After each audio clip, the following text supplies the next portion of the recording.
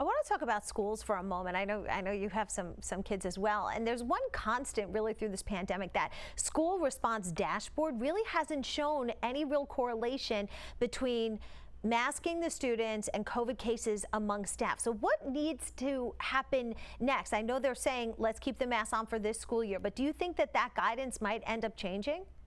Absolutely. I don't think we'll be masked in schools in the fall.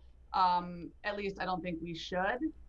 For one thing, in the fall and even next week in July and August, we will be in such a different place from a public health landscape standpoint.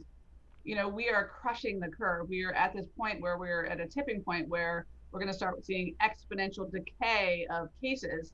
And every single day that more shots go into arms, we're all more and more protected. So, because kids are indirectly protected by being surrounded by vaccinated people or largely vaccinated people, and because transmission in schools is going to be so unlikely as the public health landscape shifts, and because, in my opinion, the harms of pandemic restrictions on kids are so enormous, we should not be masking kids in the fall and not masking them even sooner than that. I'm going to make that argument in an upcoming piece I'm working on.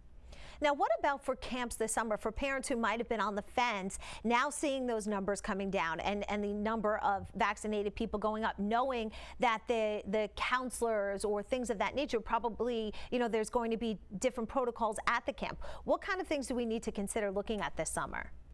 Well, for one, the main thing we want to know is that outdoors is generally safe.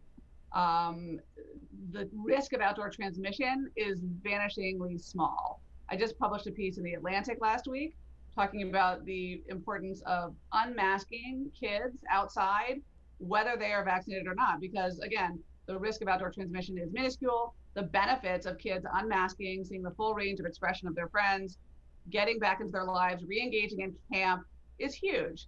Whether or not camps will, adhere to that, new posture, I don't know. But I think it's time to recognize the science that is abundantly clear. Outdoor transmission is not really a thing. Is it possible? Sure. It's possible that kids bunched up around each other in a sandbox or on a playground could transmit the virus to one another. But we also need to remember that kids are generally, and I say generally, very low risk for COVID-19. And of course, at lower and lower risk as people in their midst are vaccinated and not giving them COVID.